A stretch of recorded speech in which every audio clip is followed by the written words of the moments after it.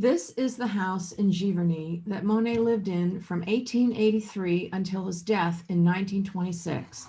He painted some of his most famous paintings while living here, including his water lily series and his Japanese bridge paintings, both directly inspired by his garden. Claude Monet's garden at Giverny is probably the most famous garden in France. It is and was a garden of its time. There is no sense of formality or symmetry here, and it is very different to the second garden we will see at Villandry.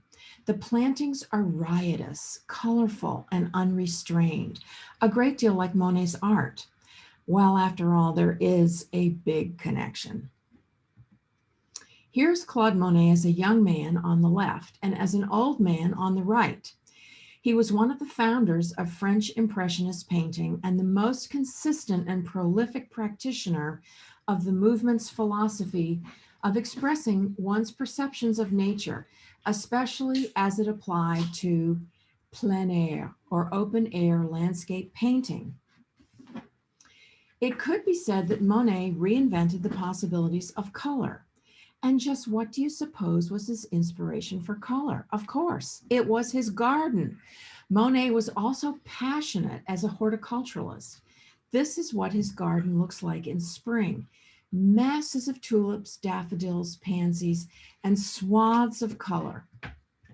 The day I visited about 10 years ago, the iris and peonies were in bloom, and it was a sight unlike any other I have seen.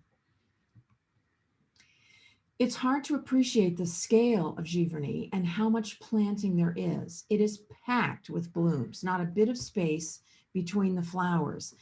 And it is a feast for the eyes and the nose. The most heavenly scents swirl everywhere. This is another of my photos. And this is the famous Japanese bridge. And it is the part of the garden which is the most famous because of its water lilies.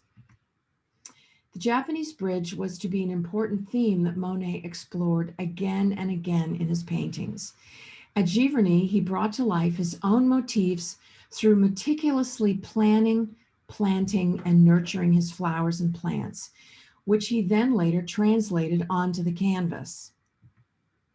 In my talk, I connect the botanical history behind the paintings. Here we see the lily pond prior to any blooms, but the water lilies were the subject of Monet's most iconic series of paintings. Here are 2 of the 8 panels of water lilies displayed at the L'Orangerie in Paris. The whole set is one of the most vast and monumental creations in painting made in the first half of the 20th century. So we're going to leave the 19th and 20th century and travel back in time to Villandry, our next French garden. How vastly different. Villandry is a remarkable chateau, the last of the great Renaissance chateaux built on the banks of the Loire River in the mid-16th century, and it has 9 hectares of gardens, the most famous of which is the vegetable garden. Here's a better look at the vegetable garden, and the produce is grown to admire, not eat. Suffice to say, Villandry has a very long, colorful history, which I expand on in the full lecture. And throughout its history, it has always been well known for its gardens. Here's another look at the vegetable garden, and it looks like a piece of tapestry. The day I visited Villandry, it was 1986 and probably May, and there was a profusion of tulips blooming in the middle of each square, hedged by espaliered apple trees, which were only 12 inches high. Sadly, they are gone. And here we see box hedging. I hope this has whetted your appetite for seeing more of both Villandry and Giverny and learning about their fascinating histories and influences. I hope you will join me for the full program, details of which can be found on my website. Au revoir, mes amis.